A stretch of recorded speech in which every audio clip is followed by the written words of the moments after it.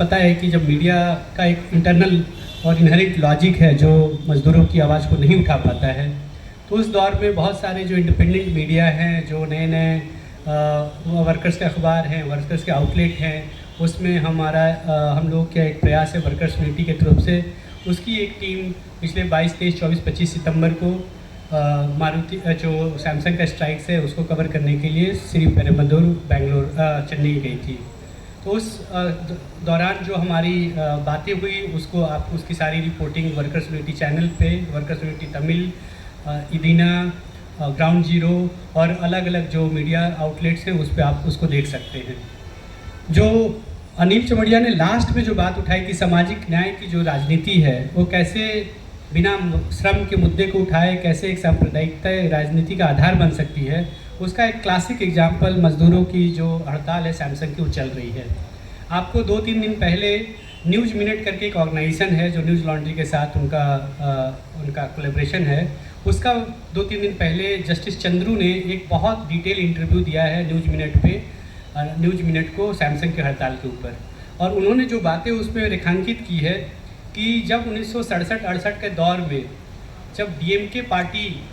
सत्ता में आई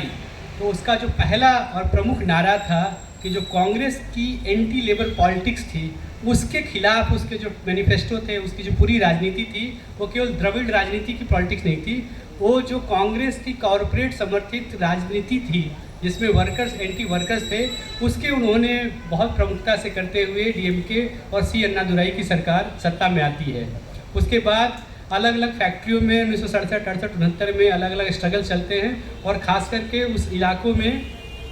ग्रामीण क्षेत्रों में खेतिहर मजदूरों के भी स्ट्राइक्स चल रहे होते हैं। आपने कैलीमनी का इंसिडेंट सुना होगा जहाँ पे 40 दलितों को जला दिया गया था।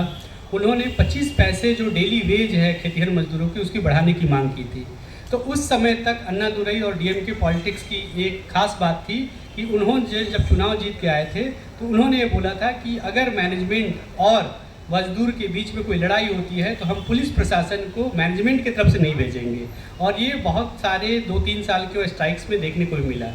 लेकिन वो जो डीएमके की द्रविड़ पॉलिटिक्स है, जो सामाजिक न्याय के चैंपियन हैं, वो आज जाके कहाँ खड़े हुए हैं, वो सैमसंग के स्ट्राइक्स में बहुत खुबी देखने को मिलता है।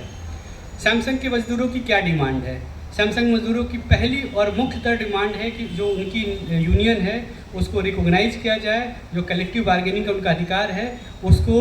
और उनकी जो भी शिकायतें हैं, जो ग्रीवांसेज है उसको हल करने के लिए हम अलग अलग वर्कर्स नहीं डील कर पाएंगे। इसलिए ये कानून के द्वारा हमारा विधि सम्मत अधिकार है कि हमको एक यूनियन बनाया जाए, यूनियन को रजिस्ट्रेशन दिया जाए, यूनियन को रिकॉग्नाइज किया जाए, और जो हमारी जो ग्रीवेंसेज है, जो त्रिपक्षीय समझौता है, जो कलेक्टिव बार्गेनिंग में है, हम उसमें बैठना चाहते हैं। ये नियम के अनुसार अगर कोई भी रजिस्ट्रेशन के लिए फाइल लेबर डिपार्टमेंट में देता है तो 15 दिन के अंदर उसका रजिस्ट्रेशन आ जाना चाहिए। 50-60 दिन से ज़्यादा हो चुके थे रजिस्ट्रेशन लगाए हुए, और ये पूरे लेबर डिपार्टमेंट की लाल फीताशाही ही नहीं, केवल ऊपर से आदेश आया था कि इसको रजिस्ट्रेशन नहीं देना है। वहाँ पे लगातार वर्कर्स का उत्पीड़न किया जाता है, वहाँ पे काम के घंटे ओवरटाइम ज़बरदस्ती कराया जा रहा है। उनकी वेज 25,000 है जिसको 3 साल के समझौते के दौरान 36,000 करना चाहते हैं। टॉयलेट की प्रॉपर सुविधाएं नहीं है, कैंटीन में अच्छा खाना नहीं है, जो बस की सुविधाएं हैं वो प्रॉपर नहीं है, और उसमें तरह तरह के बहुत सारे उनके ग्रीवेंसेज हैं। वो लगातार पिछले 2 साल से जब भी वो उसको ग्रीवेंसेज उठाते हैं तो उनको बोलते हैं कि आप इंटरनल वर्कर कमेटी है या एचआर के थ्रू आप बात करें, लेकिन कभी भी उस ग्रीवेंसेज का कोई हल नहीं निकलता है। लास्ट में वर्कर्स ने अपने संघर्षों से ये सीखा है कि जब तक हमारे पास एक ट्रेड यूनियन नहीं होगा, एक रिकॉग्नाइज्ड ट्रेड यूनियन होगा, हम अलग अलग शिकायतें करके हमारे पास कोई समस्या का नहीं होगा। ये वही सप्ताह है जब स्टालिन फॉरेन डायरेक्ट इन्वेस्टमेंट को अट्रैक्ट करने के लिए और अमेरिका के दौरे पे थे, और लगातार विदेशी कंपनियों से ये वादा कर रहे थे कि आप तमिलनाडु में आइए, सरकार आपको मुफ्त में बिजली, मुफ्त में सड़क, मुफ्त में सारी सुविधाएं के साथ साथ ये भी गारंटी देती है कि वहाँ पे कोई भी लेबर के डिस्प्यूट्स नहीं होंगे। तो ये जो द्रविड़ पॉलिटिक्स का मॉडल है, वो सारी चीज़ें अगर देखना है तो आज आप जाके ट्विटर पे डीएमके की जो ट्रोल आर्मी है, वो जो स्ट्राइकिंग वर्कर्स और जो उसके समर्थन में पत्रकार लिख रहे हैं उनको देखिए। 3-4 दिन पहले द हिंदू अखबार के जो संपादक हैं एन राम ने सैमसंग के वर्कर्स की स्ट्रगल्स को कोट करते हुए एक ट्वीट किया डीएमके के पूरी ट्रोल आर्मी उन पे पिल पड़ी और उन्होंने पूछा कि क्या आपके यहाँ पे वर्कर्स को न्यूनतम वेतन दिया जाता है, क्या आपके यहाँ कोई यूनियन है, क्या यूनियन में आप बाहरी किसी मजदूर को आप मान्यता देते हैं। एन राम ने जैसे भी जितना मैं एन राम के पूरे स्टैंड का समर्थन नहीं कर रहा हूँ, लेकिन उन्होंने ये बोला कि आपको अगर पता हो तो यहाँ पे न्यूनतम मजदूरी लागू है।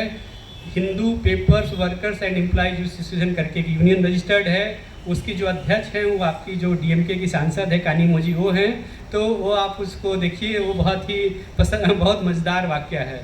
एक जर्नलिस्ट है ग्रीष्मा कुठार जो बहुत ही शानदार सैमसंग वर्कर्स की स्ट्रगल्स को कवर कर रही हैं और मुझे ज़्यादातर जानकारियाँ उनके ट्वीट से ही मिलती हैं। उनके ऊपर हर समय डीएमके के जो लोग हैं लगातार ट्रोल करके उनको बोल रहे हैं कि ये एंटी नेशनल हैं, ये यहाँ से उद्योग को भगाना चाहते हैं, ये यहाँ से सारे जो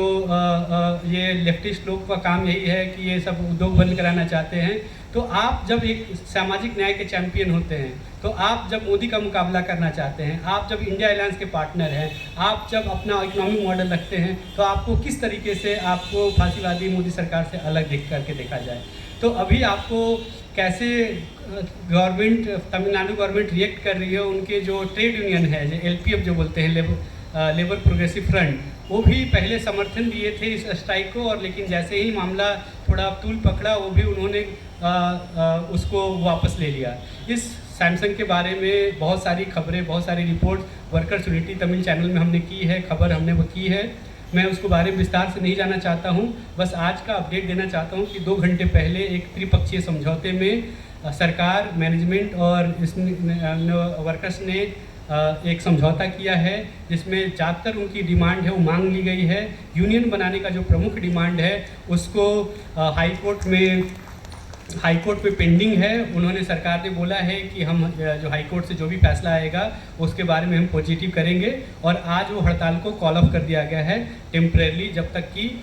वर्कर्स कल से फैक्ट्री ज्वाइन करेंगे। और ये शर्त रखे हैं कि किसी भी वर्कर्स को हड़ताल में शामिल होने के लिए उनको टारगेट नहीं किया जाएगा और किसी भी तरह का वैरपूर्ण या द्वेषपूर्ण कोई कार्रवाई नहीं की जाएगी। तो ये ताकत होती है कि जब लोग उतरते हैं तो संघर्षों में जीतते हैं, और ये दिखाता है कि सामाजिक न्याय की जो चैंपियन करने वाली पार्टी है, जब लेबर के मुद्दे आते हैं तो कैसे बिहेव करती है।